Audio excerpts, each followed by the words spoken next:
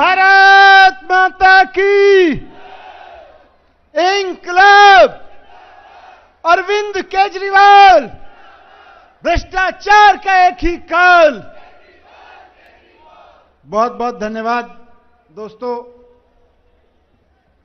22 सितंबर के बाद अरविंद केजरीवाल जी के नेतृत्व में पूरी आम आदमी पार्टी फिर से दिल्ली की जनता की अदालत में है।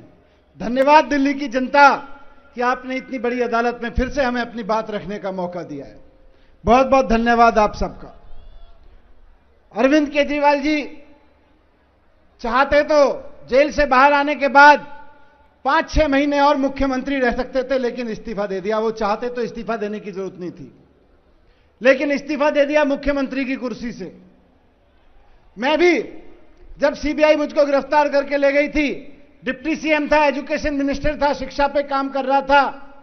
जेल से बाहर आया तो वापस डिप्टी सीएम बन सकता था, वापस शिक्षा मंत्री का काम संभाल सकता था, लेकिन नहीं, मैंने भी मना कर दिया कि अभी डिप्टी सीएम नहीं बनना है। ये लांछन लेके इस तरह का जो बीजेपी ने लांछन लगाया है, इस लांछन का आधा जवाब तो कोर्ट से आ गया है और आधा जवाब जनता से आ जाएगा। ये लांछन लेके सीएम और डिप्टी सीएम की कुर्सी पे नहीं बैठेंगे। अगर अरविंद केजरीवाल जी ईमानदार हैं और दिल्ली की जनता ये कहती है कि अरविंद केजरीवाल जी ईमानदार हैं, तो सम्मान के साथ वापस जाके सीएम की कुर्सी पे बैठेंगे और फिर काम करेंगे तन मन धन से। अगर दिल्ली की जनता ये कहती है कि अरविंद केजरीवाल जी काम करने वाले व्यक्ति हैं, तो जनता मोहर लगाएगी अरविंद केजरीवाल जी के काम करने वाले काम पे, और फिर केजरीवाल जी जाके मुख्यमंत्री की कुर्सी पे बैठेंगे अगले चुनाव के बाद। अगर मेरे ऊपर दिल्ली के लोगों को भरोसा है कि ये आदमी शिक्षा मंत्री बनेगा, मनीष सिसोदिया शिक्षा मंत्री बनेगा, हम इसको दोबारा शिक्षा मंत्री चुनते हैं, तब मैं जाके शिक्षा मंत्री की कुर्सी पे बैठूंगा, नहीं तो नहीं बैठूंगा। अगर दिल्ली की जनता मोहर लगाएगी तो बैठेंगे। इसलिए जनता की अदालत में सर, मैं जनता की अदालत के साथ साथ पदयात्रा में भी जा रहा हूं, पूरी दिल्ली में पदयात्राएं कर रहा हूं। हर जगह पदयात्राओं में मुझको लोग मिल रहे हैं।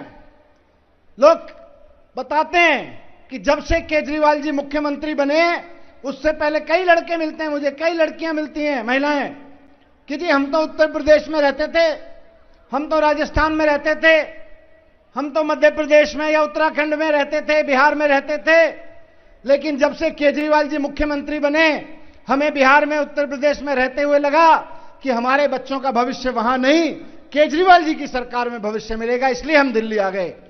उन लोगों का यह कहना है, सर दिल्ली के लोगों का कहना है, मैं पदयात्राओं में लोगों से मिलता हूं कि अगर केजरीवाल जी मुख्यमंत्री नहीं रहेंगे तो हमारे बच्चों की शिक्षा का क्या होगा। ये दिल्ली के लोग पूछ रहे हैं मुझसे पदयात्रा में। मुझसे दिल्ली के लोग पूछ रहे हैं पदयात्रा में कि अगर केजरीवाल जी मुख्यमंत्री नहीं रहेंगे तो हमारे बच्चों के स्कूलों का क्या होगा, अस्पतालों का क्या होगा, फ्री बिजली बिल का क्या होगा, जीरो बिजली बिल जो आते हैं उनका क्या होगा, जो महिलाओं के लिए जीरो टिकट कर रखा है, फ्री बस यात्रा कर रखी है, उसका क्या होगा, बुजुर्गों की मुफ्त तीर्थ यात्रा का क्या होगा अगर केजरीवाल जी मुख्यमंत्री नहीं रहेंगे। ये लोग पूछ रहे हैं। इसलिए लोग अंदर अंदर संकल्प पैदा कर रहे हैं कि आने दो चुनाव, बता देंगे मोहर लगा के कि हमारे केजरीवाल जी ईमानदार भी हैं और केजरीवाल जी से ज्यादा कोई काम भी नहीं करता है।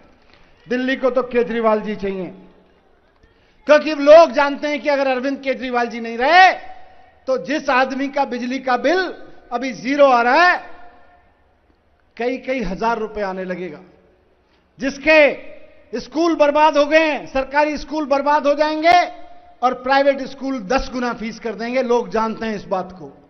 लोग जानते हैं कि केजरीवाल जी के बिना मोहल्ला क्लिनिक बंद हो जाएंगे, बसों में यात्रा महिलाओं की बंद हो जाएगी, और 6 महीने केजरीवाल जी को जेल में भेज के भारतीय जनता पार्टी ने एक तरह से पिछवाड़े से, पिछले दरवाजे से शासन चलाने की कोशिश की, एलजी वाले रास्ते से।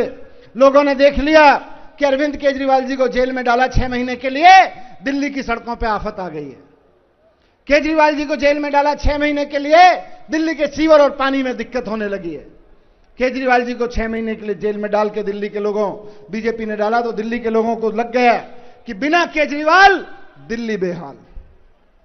बिना केजरीवाल दिल्ली परेशान, ये दिल्ली के लोगों को आज लग रहा है।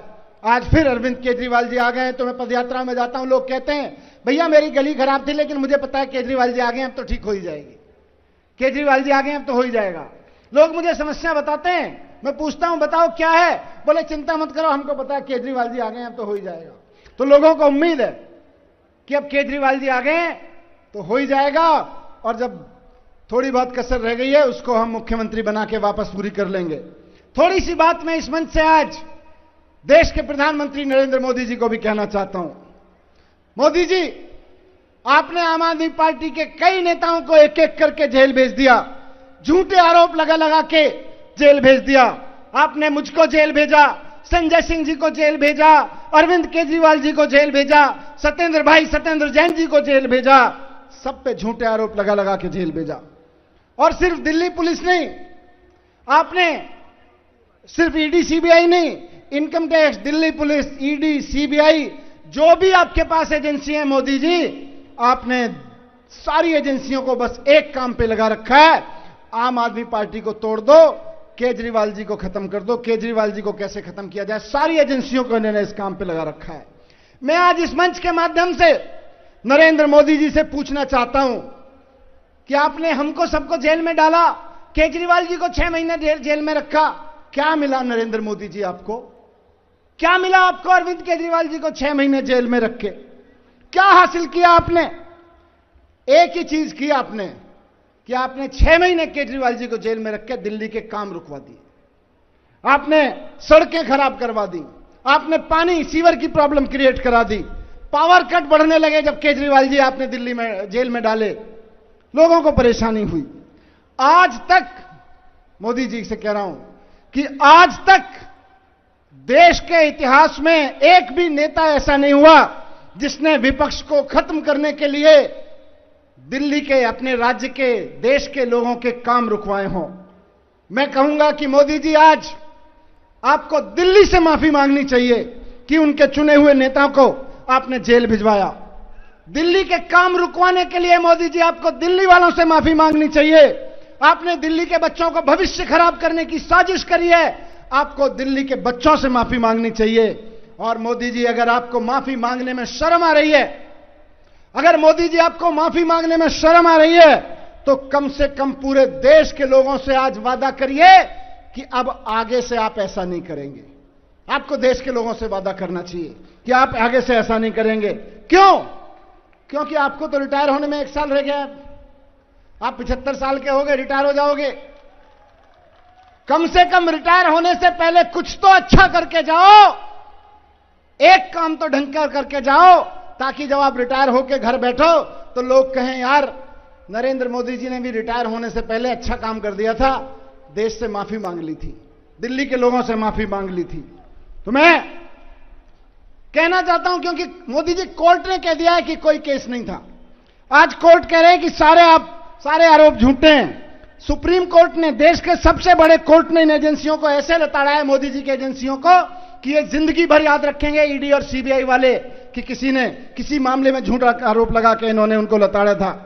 बीजेपी के आरोप पे तो कोई भरोसा नहीं करता, लेकिन कोर्ट जो कह रहा है उस पर तो भरोसा करोगे। आज देश के सबसे टॉप सुप्रीम कोर्ट ने कहा है कि केजरीवाल जी को जबरदस्ती अरेस्ट किया गया था। ये मैं नहीं कह रहा, सुप्रीम कोर्ट ने कहा है। कोर्ट कह रहा है कि 400-500 रेड्स कर दी आप लोगों ने, लेकिन आपको 1 रुपया केजरीवाल जी से, मनीष सिसोदिया से, संजय सिंह से नहीं मिला। ये कोर्ट कह रहा है आज आपकी एजेंसियों को और आपको। कोर्ट कह रहा है कि आपने बिना सबूत, बिना आधार इन लोगों को इतने दिन जेल में रखा।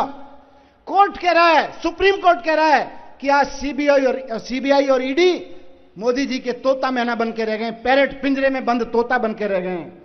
कोर्ट कह रहा है कि 2 साल से जो आरोप लगा रहे हो वो 2 मिनट में ट्रायल कोर्ट में खत्म हो जाएंगे। कोर्ट कह रहा है, कोर्ट कह रहा है कि अगर आप इन लोगों की बेल का विरोध करोगे तो हम ऐसा ऑर्डर पास करेंगे कि आपका केस 1 मिनट नहीं टिक पाएगा। ये आज सुप्रीम कोर्ट की टिप्पणी है। ये टिप्पणियां की जा रही हैं कोर्ट के द्वारा। कोर्ट पूछ रहा है कि आप ऐसे ऐसे गवाहों को लेके आ रहे हो, कैसे कैसे गवाहों को लेके आ रहे हो जो जिन रोजाना अपना बयान बदलते रहते हैं। ये तो तुम्हारे गवाह हैं मोदी जी, ये इन गवाहों के बेस पर आप केजरीवाल जी को अरेस्ट कर रहे हो। कोर्ट कह रहा है कि आप बार बार कह रहे हो कि गोवा में पैसा खर्च हुआ, पंजाब में पैसा खर्च हुआ, एक सबूत नहीं ढूंढ पा रहे हो। ये कोर्ट ने एजेंसियों से पूछा है मोदी जी की। मैं बस मोदी जी को ये कह रहा हूं कि आपने जैसा केस बनवाया वो आपके ऊपर अब मुंह पे आके रहा है। हम सब लोग बाहर हैं, केस आपका झूठा साबित हो गया। बस आपने अपनी राजनीतिक प्रतिद्वंद्विता में एक ऐसे इंसान को जेल भेजा जिसको सारी दिल्ली और सारा देश ईमानदारी का प्रतीक समझता है। लोग आज केजरीवाल जी की ईमानदारी की कसमें खाते हैं। लोग आज केजरीवाल जी के काम करने की कसमें खाते हैं कि ये बंदा काम करता है, ये बंदा ईमानदार है, ये गलत नहीं कह सकता। पहली बार आपने एक ऐसे आदमी को चुनौती दी है जो हिम्मत दिखा पाए और लोगों को जाके कहता है कि मैंने काम किया है तो वोट देना, काम के बेस पे वोट देना, नहीं तो वोट मत देना, और जनता फिर उसको वापस चुनती है। लेकिन मोदी जी, आप काम से नहीं रोक पाओगे, आप लोगों को काम करने से नहीं रोक पाओगे। केजरीवाल जी जेल में अंदर रहे या बाहर, सरकार में रहे या सरकार से बाहर, केजरीवाल जी ऐसे आदमी हैं जो 24 घंटे यही सोचते रहते हैं कि दिल्ली के लिए कैसे काम किया जाए, दिल्ली के काम कैसे किए जाएं। मैं आपको, जनता को कहना चाहता हूं, मोदी जी तो पता नहीं जवाब देंगे कि नहीं देंगे, लेकिन आप जवाब दे दीजिए कि मोदी जी, आपने जो एजेंसियों का दुरुपयोग करके केजरीवाल जी के ऊपर अत्याचार किए, वो अत्याचार दरअसल दिल्ली की जनता के ऊपर थे, केजरीवाल जी के ऊपर तो जो थे ही थे। भारत माता की। बहुत बहुत धन्यवाद साथी।